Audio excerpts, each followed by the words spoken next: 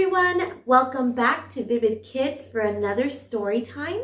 I'm Ritzy, and today's lesson we're going to be continuing on and finishing the story of Noah and everything that has happened with him. So today's lesson, like every other lesson that we've had with him, is a lesson in community. So communities share a common history, a common language, as well as common goals that they live for. So Noah's family shared the promise of the rainbow in their community, as well as for us. It was a promise for us as well. What are some challenges in our community? And as a community of faith, what are the things that we need to rally behind and really work towards?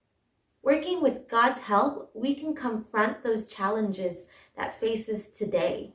And we can thank God for his continued care for his people. Our story today is called A Rainbow Promise. Here you go.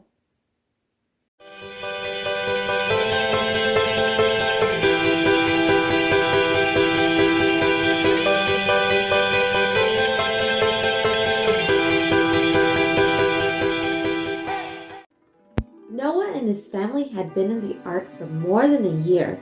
Can you remember what you were doing a year ago? All Noah and his family seemed to remember doing was feeding animals, cleaning up after animals, and waiting while the wind blew to dry up the floodwater. They were so anxious to get outside and into the sunshine and fresh air. Finally, God had said that it was time, and it was time to see what their world looked like now. Would it be the same? What had the waters done to the plants and trees, to their homes and their crops?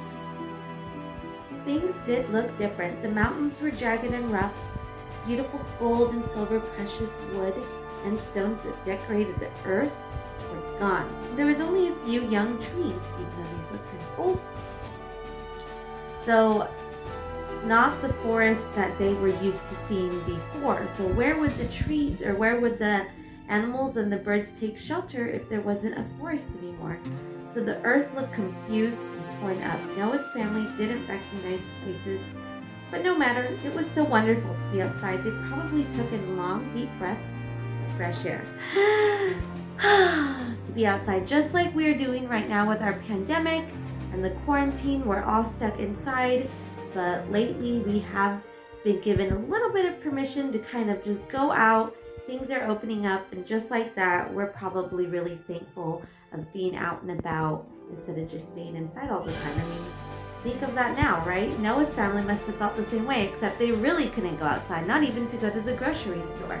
So it was time to let the animals out, and Noah and his family probably unlocked all of the cages that were inside of the animals to let them all out. Can you imagine how the animals must have felt? Right? There was such a sound of happiness going around. The elephants were trumpeting. The lions were roaring, happy to be out. Same with the tigers. Birds were flying in the air, finding places in the little trees that were left in order to build their homes. Bunnies were jumping around. Donkeys were helping out, getting everything out of the ark, right? And squirrels were doing what they do, trying to get their nuts for the winter. The sight must have made Noah's family smile and laugh to see all these animals jumping and howling for joy to be outside again. Then Noah called all of his family together. Here's Noah's family.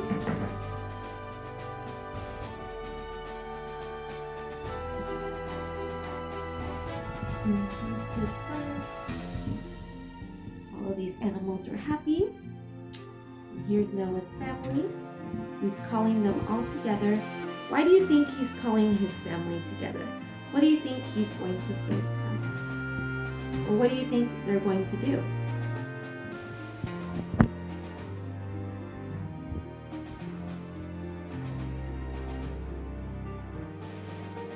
Alright, so he called all of his family together, and they wanted to be thankful for God for everything that he had done for them and taking care of them, and now that they were outside. So he said that they should build an altar to to thank God for saving them. And Noah and his son, they gathered large rocks in order to build this altar. I'm just going to put one bigger right. And then some little sticks that they found that the floodwaters had left behind, and they made a fire and they built this altar to God as a way to thank him for everything that he had done for them, for saving them, and just taking care of them as well as the animals. Right? So they carefully placed them before an altar, and there they worshiped God. The only 8 people alive on the earth knelt down and thanked God for protecting them, for saving them, for loving them. And God was happy with their worship and love for him, and he blessed Noah and his family. He told them to be happy in their new home and to have children so the earth would have many people in it again. God also promised his family and all of the living creatures, all the animals, birds, all the fishies too, that he would never again destroy all the earth with water. So what do you think that promise was for all of these animals? Right? Never again destroy the earth with water. Do you remember? Do you remember that special promise?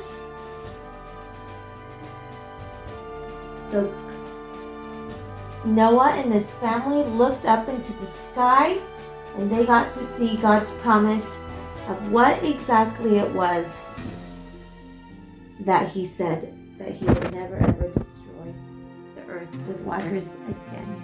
Ta-da! Did you guys call it? Did you guys guess what it was? It's the rainbow. It was the first time anyone had ever seen a rainbow, and it was a beautiful sight to see, especially since they'd never seen it before.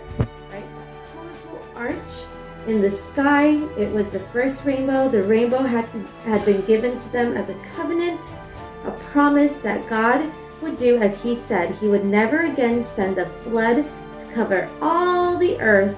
And when you see a rainbow in the sky, kids, remember God's promise and know that you are loved and cared for by him. Hey kids, now it's time for our reflection and discussion at the end of the story. Today, joining us again will be Shadow. And he really wanted to be a part of it again, so we said, why not? Thank you for helping out. So here's his questions for today, right? So how long was Noah and his family in the ark for? Wait, what was that? I was taking a nap. Oh, I think it was about a year. How do you think they felt when God sent an angel to open the door so they could come out? Well, since they were staring at walls kind of like this in open space, they probably felt pretty darn good when the doors finally opened. And Shadow, what was the first thing they did? Let me think. I don't know. Built an altar? And what was the rainbow promise? Has God kept that promise? The rainbow was a promise from God that he is never going to flood the earth again. And I'm thankful for that because I don't really like water that much. But he has kept his promise all the way since the times of Noah. And how does that make you feel? That would make me feel so comfortable. I know I could trust God with everything. How about you? That is a lot of information, Shadow. Thank you for sharing that with us. Remember, kids, our message today is God's people rejoice because he cares for them. And I hope that means something to you as you see the rainbow in the sky and remember exactly what that promise is that God made for us. Till next time, bye!